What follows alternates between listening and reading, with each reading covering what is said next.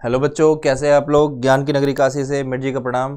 तो बच्चों, हम लोग sexual reproduction in flowering plant में हम लोगों ने अभी तक पढ़ लिया था। सीड कैसे बनता है, एम्ब्रियो कैसे बनता है, एम्ब्रियो का डेवलपमेंट कैसे होता है, उन सारी चीज़ों को पढ़ लिया था। अब हम लोग आगे सीड का फॉर्मेशन भी पढ़ लिया था। अब सीड के बारे में थोड़ा पढ़ेंगे कि जब सीड का फॉर्मेशन हो जाता है तो डेवलपमेंट के बेसिस पे सीड दो तरह के होते हैं। एक एल्ब्यूमिनस सीड, दूसरा एक्स एल्ब्यूमिनस सीड, या एक एंडोस्पर्मिक सीड, दूसरे या उसी को बोलते हैं non endospermic seed. Albuminous seed को ही हम लोग एंडोस्पर्मिक सीड बोलते हैं, नॉन एल्ब्यूमिनस सीड को एक्स एल्ब्यूमिनस सीड भी कहते हैं। तो अगर हम बोलें जब सीड का फॉर्मेशन हो गया तो जब कॉटलेडन बनते हैं तो डाइकॉट प्लांट में एंडोस्पर्म जो होते हैं वो सारे यूज़ हो जाते हैं। क्योंकि दो कॉटलेडन होता है इसलिए ऐसे सीड को बोलते हैं हम लोग नॉन एंडोस्पर्मिक सीड या एक्स एल्ब्यूमिनस सीड, जो कि डाइकॉट में पाया जाता है। जबकि मोनोकॉट के केस में एक ही कॉटलेडन है तो सारे एंडोस्पर्म स्टोर रहते हैं, इसलिए उसको बोलते हैं एंडोस्पर्मिक सीड या एल्ब्यूमिनस सीड कहते हैं। इसको नोट कीजिएगा आप लोग। नॉन एल्ब्यूमिनस सीड क्या है? जिसके पास एंडोस्पर्म नहीं रहता उसको नॉन एल्ब्यूमिनस कहते हैं। ये मोस्टली डाइकॉट में होता है। पी है, ग्राउंड नट है, बीन्स है।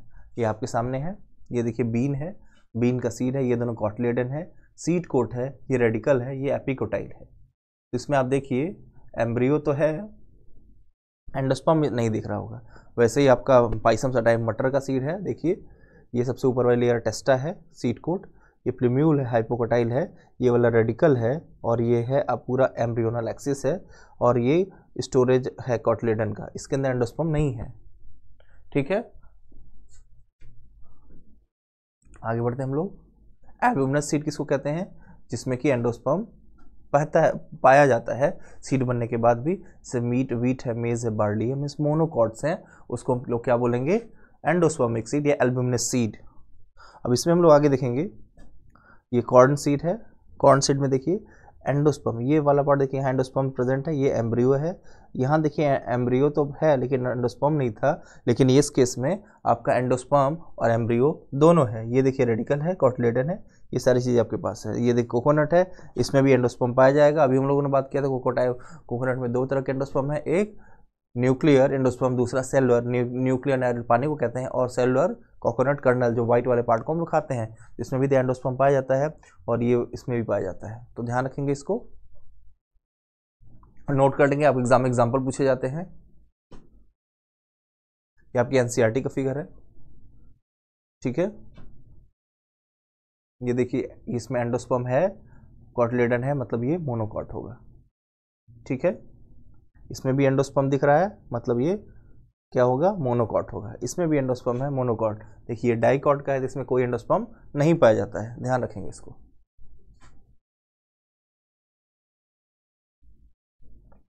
देखिए ये एक स्पेशल टर्म है जिसको बोलते हैं पेरिस्पर्म। पेरिस्पर्म बोलते हैं remnant part of nucellus. Nucellus का रिमेनिंग पार्ट कब पाया जाता है? जब सीड बन जाता है। ध्यान दीजिएगा, आप लोगों ने को याद होगा तो ओव्यूल था, ओव्यूल में हम लोगों ने, ओव्यूल में एक न्यूसेलस लेयर हुआ करती थी जो न्यूट्रिशन प्रोवाइड करती थी। तो जब सीड बनता है तो न्यूसेलस भी डिजेनरेट कर जाती है, खत्म हो जाती है। लेकिन कभी कभी कुछ सीड में, कुछ प्लांट में जो सीड होते हैं उसमें न्यूसेलस डिजेनरेट नहीं करती है, सीड बनने के बाद भी रह जाती है, तो ऐसे सीड को बोलते हैं पेरिस्पर्म। तो पेरिस्पर्म मतलब पेरीफेरल, सीड के पेरीफेरल पार्ट में न्यूसेलस का रह जाना, इसको बोलते हैं पेरिस्पर्म। एग्जांपल है ब्लैक पेपर, शुगर बीट, या बीट का ध्यान रखिए, बीट है और पीपर है, इसके बीट के रूट में नहीं, बीट के सीड में पेरिस्पर्म होता है। आप लोगों को हमने पहले भी बात किया था इस पर। तो ये देखिए पीपर सीड है, ये सीड कोट है, पेरिकार्प है, एम्ब्रियो है, अंदर देखिए पेरिस्पर्म प्रेजेंट है, न्यूसेलस प्रेजेंट है। ठीक है, तो ध्यान रखेंगे आपका। ये पीनट का सीड है, पीनट के सीड में देखिए कॉटलेडन है, एम्ब्रियोनल एक्सिस है, रेडिकल है, सीड कोट भी है, लेकिन आपको यहाँ पे एंडोस्पर्म नहीं दिखाई देगा क्योंकि ये डाइकॉट है। ठीक है, और कॉटलेडन में सारे फूड स्टोर होते हैं, उसी स्टोरेज फूड से न्यूट्रिशन मिलता है किसको? एम्ब्रियो को। ठीक है, अब ध्यान रखिए इंट्यूबमेंट क्या होता है। इंट्यूबमेंट जो होता है ओव्यूल के ऊपर हार्ड प्रोटेक्टिव कोट होता है, और उसी में स्मॉल पोर जो होता है इसको बोलते हैं माइक्रोपाइल, जहाँ से ऑक्सीजन और वाटर मिलता है सीड को जर्मिनेशन के टाइम। वही उसी तरह का माइक्रोपाइल है जो ओव्यूल में मिलता है। वहाँ पोलन ट्यूब के एंट्री के लिए होता है, और यहाँ माइक्रोपाइल ऑक्सीजन और वाटर के एंट्री के लिए होता है। तो अब बात करते हैं जब सीड बन जाता है तो उसके बाद क्या होता है। सीड जब बन जाता है तो सीड जाके क्या होता है कि उसमें मॉइस्चर धीरे धीरे खत्म होता है। जैसे सीड जैसे बना तुरंत, तो शुरुआत में जब सीड बनेगा तो उसमें मॉइस्चर ज़्यादा होता है, वाटर कंटेंट होता है, लेकिन समय बीतता जाता है मॉइस्चर खत्म होता जाता है। जब 10 to 15% ऑफ वाटर बनता है, बच जाता है, तो उस समय जो मेटाबॉलिक एक्टिविटी होती है वो सीड की एकदम मिनिमम हो जाती है, और सेल उस समय जो सीड होता है वैसे पड़ा रहता है, कोई एक्टिविटी नहीं करता है। उसको बोलते हैं डोरमेंट फेज या डोरमेंसी फेज में सीड चला जाता है। वो तब तक वैसे रहता है कि जब तक उसका फेवरेबल कंडीशन वापस ना मिल जाए।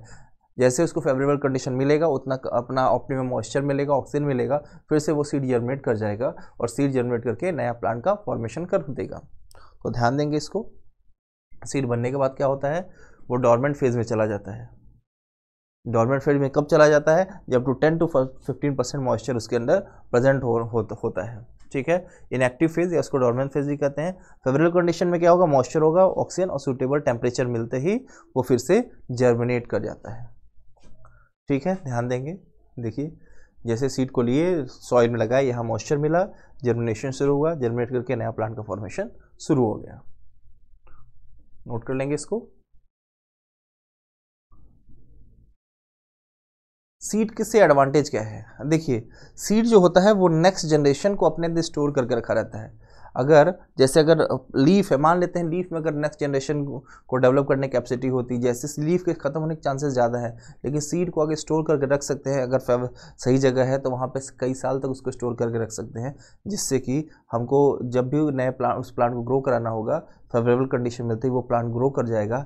मतलब एक जनरेशन को वो सीड स्टोर करके रखता है। इसलिए बोलते हैं seed is a progenitor of embryo, progenitor of next generation, next generation को डेवलप करने वाला होता है।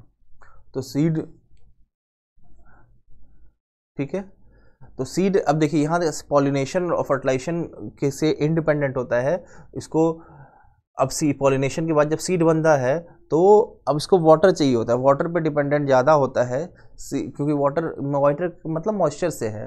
ठीक है, और जैसे सीड बनेगा उसका डिस्पर्सल बहुत ज़रूरी है। डिस्पर्सल तभी होगा, डिस्पर्सल जब होगा तो एक जगह से दूसरी जगह वो जाएगा, तभी वो नेक्स्ट जनरेशन अपना बढ़ा पाएगा। जैसे मान लेते हैं हम एक प्लांट है, अब हम सीड का फॉर्मेशन किए, सीड यहीं गिरा दिए, तो सारे सीड यहीं ग्रो कर जाएंगे, तो सारे प्लांट यहीं बन जाएंगे। जब सारे प्लांट यहीं बन जाएंगे तो इंटर स्पेसिफिक कॉम्पिटिशन ज़्यादा हो जाएगा, फूड और हैबिटेट के लिए कॉम्पिटिशन ज़्यादा हो जाएगा, तो प्लांट के ग्रो करने के चांसेस बहुत ही कम हो जाएंगे। इससे बचने के लिए सीड क्या प्लांट करते हैं, अपने सीड का डिस्पर्सल इस जगह जगह फैलाते हैं। जैसे फ्रूट के अंदर सीड है, कोई एनिमल फ्रूट खाया, फ्रूट के साथ सीड खा गया, सीड उसके गट में गया, फिर जहाँ कहाँ कहीं अदर जगह गया वह सीड निकल गया, या फ्रूट लेके कहीं और जाके खा रहा है तो फ्रूट खा गया, सीड छोड़ दिया तो सीड कहीं और गिर गया, तो उससे क्या होता है, नया सीड का डिस्पर्सल हो गया। या एक बहुत ही अच्छा एग्जांपल होता है कैस्टर प्लांट होता है। कैस्टर जिसको रेड का पेड़ कहते हैं, उसमें क्या होता है कि कैस्टर में आगे छोटा सा देखेंगे तो वैक्सी लेयर दिखाई देगा। वो वैक्सी लेयर कार्बोहाइड्रेट और शुगर का बना हुआ होता है। तो चींटियाँ उनको खाने के लिए पकड़ के लेके जाती हैं, और जब खाती भी हैं और लेके जाती हैं, स्टोर भी करती हैं। तो जब तक खाई जब स्टोर करती हैं तो कहीं दूर जाके स्टोर करती हैं, और वहाँ सीड में जाता है, और वहाँ सीड गया तो जब फेवरेबल कंडीशन मिलेगा तो वहाँ जर्मिनेट कर जाएगा, तो सीड का डिस्पर्सल हो गया। तो सीड के डिस्पर्सल के बहुत सारे तरीके होते हैं, कंपटीशन को घटाने के लिए होता है, और अपने स्पीसीज को जगह जगह फैलाने के लिए होता है। तो ध्यान रखेंगे। तो न्यू हैबिटेट में डिस्पर्सल होता है, जिससे कि नई स्पीसीज की नई कॉलोनी या नए जगह पे उनका ग्रोथ हो सके। ठीक है, और सीड में क्या होता है, फूड रिजर्व भी होता है नए प्लांट के सीडलिंग के लिए। तो इसीलिए सीड के बहुत सारे फ़ायदे हैं। प्लांट को एक जगह से दूसरी जगह आसानी से लगा सकते हैं, और उससे फ़ायदा क्या होगा कि हम अपने सीड को अच्छे से ग्रो भी करा सकते हैं।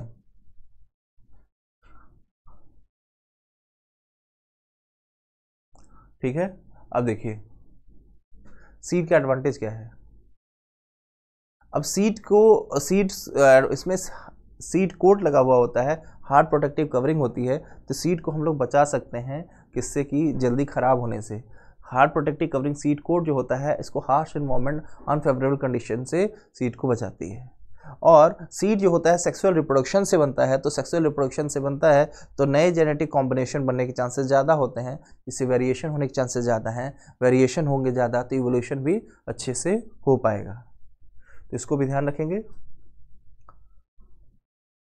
ठीक है। जब सीड को हमको लंबे समय तक रखना होता है तो उसको डिहाइड्रेशन वाले कंडीशन में रखते हैं और उसको डोरमेंट कंडीशन में उसको पड़े रखते हैं कि मॉइस्चर जब तक ना मिलेगा तब तक वो अपने डोरमेंट कंडीशन में से पड़ा रहेगा। जब तक डोरमेंट कंडीशन में पड़ा रहेगा तो जब जितना समय तक के लिए चाहे हम उसको स्टोर कर सकते हैं और नेक्स्ट जनरेशन या नेक्स्ट सीजन में हम लोग उसको ग्रो करा के अपना प्लांट जो मन चाहा है वो पा सकते हैं और उससे नई जनरेशन को फ्रूट और सीड दे सकते हैं। आगे बढ़ते हैं हम लोग। वाइबिलिटी है सीड क्या है, डिस्पर्जल के बाद सीड कितने दिनों तक जिंदा रहेगा, अपना काम कर सकेगा या अपने नए प्लांट को डेवलप कर सकता है, उसको बोलते हैं वाइबिलिटी पीरियड। ये डिपेंड करता है हर सीड में अलग अलग वाइबिलिटी पीरियड होता है। ये स्पेसिस वेरी करता है, कुछ का कुछ महीनों से लेके कई सालों तक वाइबिलिटी पीरियड होता है। ठीक है, इसको ध्यान रखेंगे। अब देखिए अब कुछ जो सीड होते हैं उनकी viability period hundreds of year से लेके थाउजेंड्स ऑफ ईयर तक होता है।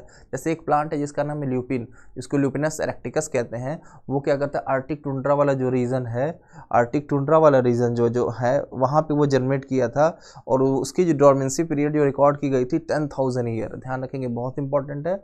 ल्यूपिनस एरेक्टिकस जिसको हम बोलते हैं ल्यूपाइन सीड, ये क्या करता है, आर्टिक टुंड्रा वाले रीजन में एक्टिवेट किया गया था, जिसकी एस्टिमेटेड रिकॉर्ड है 10,000 ईयर। 10,000 ईयर उसकी वाइबिलिटी पीरियड थी, तब तक वो जिंदा था। अब तक का ओल्डेस्ट वाइबल सीड है, इसको ध्यान रखेंगे। उसके बाद हम लोग बात करते हैं, एक है डेट पाम का है, फोनिक्स डेस्टियोफेरा उसका बॉटनिकल नेम है। उसमें ध्यान रखेंगे उसकी जो वाइबिलिटी पीरियड थी वो 2000 ईयर थी, 2000 ईयर थी वाइबिलिटी पीरियड। उसका डेट पाम है फोनिक्स डेस्टियोफेरा। वो डिस्कवर कहाँ किया था, आर्कियोलॉजिकल एक्सटिवेशन होता है किंग हेरोड के पैलेस के पास, डेड सी के पास, तो वहाँ पे ये सीड मिला था। जब उसको ग्रो कराया गया तो वो भी ग्रो किया, तो उसकी वाइबिलिटी पीरियड 2000 ईयर उस हमको देखी गई। तो इसको ध्यान रखेंगे, ये बड़ा इंपॉर्टेंट आपको एग्जाम में आ चुका है और आने की पॉसिबिलिटी भी बहुत ज़्यादा है। तो आगे बढ़ते हैं हम लोग। इसके बाद फ्रूट बन गया, सीड बन गया। अब सीड्स ओवरी से हमारा फ्रूट बनेगा। अब फ्रूट भी बनता है तो फ्रूट भी दो तरह का होता है। जैसे सीड दो तरह था, एल्ब्यूमिनस और नॉन एल्ब्यूमिनस सीड था, तो यहाँ पे भी फ्रूट भी दो तरह का, एक ट्रू फॉल्स फ्रूट होता है, दूसरा फॉल्स फ्रूट होता है। ट्रू फ्रूट उसको बोलेंगे जिससे जो फ्रूट ओवरी से डायरेक्ट बनता है उसको ट्रू फ्रूट बोलेंगे, और जो फ्रूट अदर देन एवरी बनेगा उसको बोलते हैं फॉल्स फ्रूट। तो ट्रू फ्रूट में मोस्ट ऑफ द फ्रूट जो होते हैं वो ट्रू फ्रूट होते हैं, और फॉल्स फ्रूट में हमारा आता है कैश्यू है, एप्पल है, स्ट्रॉबेरी है, ये सारे आपके फॉल्स फ्रूट में आते हैं। तो ध्यान रखेंगे इसका। तो आपके सामने ये जितने भी फ्रूट दिख रहे हैं ये सब ट्रू फ्रूट दिख रहे हैं। अब हम लोग फॉल्स फ्रूट को देखेंगे। ठीक है, आप इसको नोट भी करते जाएंगे। पेरिकार्प जो होता है वो फ्रूट वॉल का फॉर्मेशन करता है, और ये फ्रूट का आउटर वॉल को कह रहे हैं पेरिकार्प। ठीक है, तो ये आपका फ्लैशी होता है। ये आपके सामने है, ड्राई है ग्राउंड नट और मस्टर्ड में। ठीक है, ये आप देखिए ये सब फॉल्स फ्रूट हैं। फॉल्स फ्रूट क्यों है, क्योंकि ये फ्रूट जो है वो ये देखिए थैलमस से डेवलप हुआ है। फ्लावर में जो नीचे वाला थैलमस होता है उससे डेवलप हुआ है। ये भी फ्रूट थैलमस से डेवलप हुआ है, इसलिए ओवरी से डेवलप नहीं हुआ, इसको फॉल्स फ्रूट कहते हैं। देखिए आपका ये आपका फॉल्स फ्रूट है। ये कैश्यू है, कैश्यू भी फॉल्स फ्रूट की कैटेगरी में आता है। वो स्ट्रॉबेरी है, ध्यान रखेंगे इसको। फ्रूट दो तरह का होता है, नोट करेंगे, ये ट्रू फ्रूट और फॉल्स फ्रूट।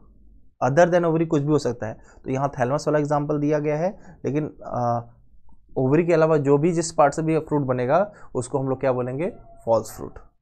ठीक है, आप एग्जांपल याद रखें, बहुत इंपॉर्टेंट है, आपके एग्जाम में ये सब आ चुके हैं। एप्पल है, स्ट्रॉबेरी है और कैश्यू भी है। ठीक है, चलिए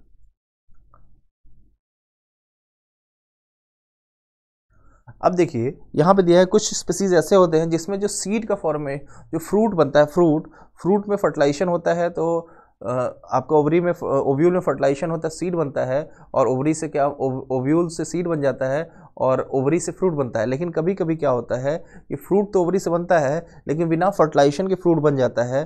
तो formation of fruit without fertilisation is called parthenocarpy. ऐसे फ्रूट को बोलते हैं पार्थिनोकार्पिक फ्रूट। तो फर्टिलाइजेशन हुआ ही नहीं, तो फर्टिलाइजेशन नहीं होने से जो सीड बनेगा ही नहीं, ऐसे फ्रूट को बोलते हैं सीडलेस फ्रूट। जैसे आपके बनाना है, आपका पाइनएप्पल है, और ये वाटरमेलन के जो हाइब्रिड आते हैं उसको भी पार्थिनोकार्पी से सीडलेस बना दिया गया है। तो ये सारे फ्रूट आपके देखिए सीडलेस फ्रूट हैं, ये ऐसे फ्रूट को बोलेंगे पार्थिनोकार्पिक फ्रूट। तो आप ध्यान रखेंगे formation of fruit without fertilisation is parthenocarpy. एक टर्म इसी से मिलता जुलता होता है, इसको parthenogenesis, formation of new young ones without fertilisation, इसको बोलते हैं पार्थिनोजेनेसिस, या फॉर्मेशन ऑफ जाइगोट या new young one without fertilisation is called parthenogenesis. ये होता है हनी बी में, ध्यान रखेंगे। तो आगे ध्यान रखेंगे इसमें एपोमिक्सिस एंड पॉलीएम्ब्रियोनी। एपोमिक्सिस का मतलब क्या होता है? एपो मीन्स एब्सेंट, मिक्सिस मतलब मिक्सिंग, वो रिप्रोडक्शन का तरीका जिसमें मिक्सिंग एब्सेंट हो उसको बोलते हैं एपोमिक्सिस। इसमें क्या होता है? सीड तो बनता है लेकिन विदाउट फर्टिलाइजेशन के बनता है, तो इसको बोलते हैं apomixis, formation of without fertilisation. तो इससे फायदा क्या हुआ? सीड भी बन गया है, फर्टिलाइजेशन भी नहीं हुआ है। तो जैसा फर्टिलाइजेशन नहीं हुआ है तो मतलब गैमेट नहीं बना होगा, गैमेट नहीं होगा तो वेरिएशन नहीं आएगा। तो मतलब जैसे अभी प्रोजनी है, next progeny same exact copy हो जाएगी। तो ध्यान रखेंगे एपोमिक्सिस होता है formation of seed without fertilisation. तो सीड बना तो ये सेक्सुअल रिप्रोडक्शन के जैसा हुआ, फर्टिलाइजेशन नहीं हुआ तो ये कैसा हो गया? ए सेक्सुअल रिप्रोडक्शन क्या हो गया? तो आपकी एनसीईआरटी लिखती है कि apomixis is a type of A sexual reproduction that mimics sexual reproduction. Seed का बनना मिमिक्री है सेक्सुअल रिप्रोडक्शन का, लेकिन ए सेक्सुअल रिप्रोडक्शन इसलिए है क्योंकि यहाँ फर्टिलाइजेशन नहीं हुआ है। इसको ध्यान रखेंगे, इंपॉर्टेंट है ये आपका। तो ये आपकी फैमिली एस्ट्रेसी और ग्रासेस, ध्यान रखेंगे। ग्रासेस है तो ग्रेमिनी फैमिली हो जाएगी, ठीक है। तो ये आपका स्टेटमेंट है, it form A sexual reproduction that mimics the sexual reproduction, ठीक है। चलिए अब देखिए डेवलपमेंट ऑफ एपोमिक्सिस सीड। अब देखिए इससे हमें बहुत फ़ायदा है अगर हम ऐसा तरीका बना लें कि एपोमिक्सिस सीड हम बार बार बनाना सीख जाए। कैसा जीन है जिससे कि हमको एपोमिक्सिस वाला जीन हमारे नेक्स्ट सीड में जाए और सीड एपोमिक्सिस से ही बने। जैसे मान लेते हैं हम गेहूँ लगाते हैं, गेहूँ लगाए, बहुत अच्छी क्वालिटी का मार्केट्स हाइब्रिड लगाए और गेहूँ लगाए, गेहूँ लगाने के बाद वो सीड जो बना वो एपोमिक्सिस से बना। एपोमिक्सिस सीड बना तो क्या होगा कि जो नया सीड बना उसमें कोई वेरिएशन नहीं आएगा। तो जैसा सीड लगाए थे एग्जैक्ट वैसा ही सीड हमारे पास होगा। तो फिर से हम उस सीड को लगा सकते हैं नए प्लांट को ग्रोथ कराने के लिए, उससे नया सीड बन सकता है। अब उसमें भी एपोमिक्सिस से बना तो एग्जैक्ट कॉपी है, तो हम हर बार उसी सीड को यूज़ कर सकते हैं। नहीं तो होता क्या है कि जैसे हम सीड लगाते हैं नया प्लांट ग्रो करता है, पॉलिनेशन होगा, फर्टिलाइजेशन होगा, सीड बनेगा, मतलब गैमिट बनेगा, फर्टिलाइजेशन होगा, फिर सीड बनेगा। तो उससे क्या होता है? गैमिट बनता है तो मियोसिस होता है, तो वेरिएशन आता है। वेरिएशन आप समझ रहे हैं, जेनेटिक्स में और समझेंगे, फिर फिलहाल बस ये समझ लीजिए वेरिएशन कब होता है कि प्रोफेज फर्स्ट में आपका क्रॉसिंग ओवर होता है। क्रॉसिंग ओवर में जेनेटिक मटेरियल का एक्सचेंज होता है, उस जेनेटिक मटेरियल के एक्सचेंज से वेरिएशन आता है। इसलिए जब भी मियोसिस होगा तो वेरिएशन आएगा। तो इसलिए जैसा हम सीड लगाते हैं एग्जैक्टली वैसा सीड हमें नहीं मिलता है। इसलिए हर बार जब भी हमको खेती करनी होती है, एग्रीकल्चर करना होता है, फार्मिंग करनी होती है, तो हर बार हमको नए अच्छे ब्रीड को लगाना पड़ता है, क्योंकि जो नया सीड बनेगा वो एग्जैक्ट कॉपी नहीं होगा जैसा हम सीड लगाए थे, क्योंकि वो सीड सेक्सुअल रिप्रोडक्शन से बना है, और सेक्सुअल रिप्रोडक्शन से बना है तो वहाँ वेरिएशन ज़रूर आएगा। भले थोड़ा कम ही आए या ज़्यादा है वो मैटर अपनी जगह पे, लेकिन वेरिएशन जरूर आएगा। इसलिए नेक्स्ट जनरेशन में वैसा सीड को वैसा ही प्लांट नहीं मिलेगा। इसीलिए एपोमिक्सिस सीड, इसमें बड़ा रिसर्च का एरिया बना हुआ है और लोग बड़ा ध्यान दे रहे हैं कि हम कहीं से कैसे भी इसको हम कुछ वैसा कर सकें कि एपोमिक्सिस सीड वाला एपोमिक्सिस वाला जीन हम उस प्लांट में डाल दें। सीड तो बने लेकिन बिना फर्टिलाइजेशन से बने, तो जैसा सीड हम एक बार लगा दिए हर बार वैसा ही सीड मिले और हर बार हम लोग उसी को यूज़ भी करें। ठीक है, ध्यान रखेंगे इसको। तो यही वही चीज़ यहाँ पे लिखी गई है, आप इसको ध्यान रखेंगे, नोट कर लेंगे।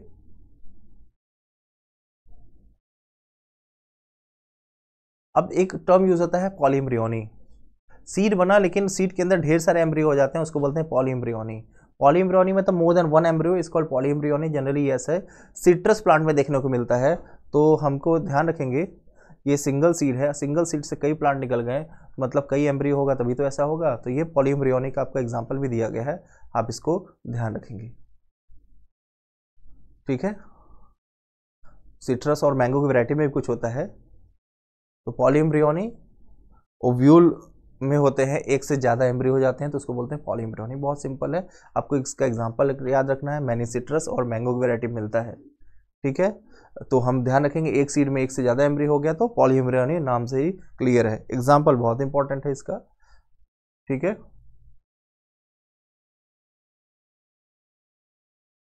अभी एपोमिक्सिसिड का हम लोग इंपॉर्टेंस अभी पढ़ के आ रहे हैं, आप लोग इसको नोट कीजिएगा। अब वही चीज़ लिखा गया जो हमने अभी बात की है। तो हमें हमारा जो सीड खरीदने के बार बार जो कॉस्टिंग होती है वो बच जाएगा और हमें फ़ायदा होगा, बार बार सीड को, बार बार नया सीड, हाइब्रिड सीड हमको लाना नहीं पड़ेगा। समझ रहे हैं बात को? आप इसको नोट कर लेंगे। वही जो चीज़ें हमने बात की है उसी सारी बातें यहाँ पे लिखी गई हैं, आप नोट भी कर लेंगे, एक बार रीडिंग भी लगा लेंगे।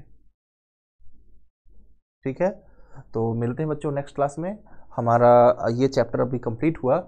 इस चैप्टर कंप्लीट होने के बाद अब हम लोग इसके बाद शुरू करेंगे प्रिंसिपल ऑफ इनहेरिटेंस। तब तक इस चैप्टर के पूरे क्वेश्चन को लगाइए, पूरी वीडियो को देखिए, और एक बार नहीं आप अगर समझ में आ रहा है तो 2 बार देख सकते हैं, 3 बार देख सकते हैं, आपके पास इसका ही फ्रीडम है। और क्वेश्चन को जितना ज़्यादा प्रैक्टिस करेंगे उतनी अच्छी बात होगी आपके लिए, उतना परफेक्शन आएगा। और जो भी डाउट हो आप क्वेश्चन डायरेक्टली पूछ सकते हैं हमारे इंस्टीट्यूट पे आके, या फिर कमेंट में पूछ सकते हैं।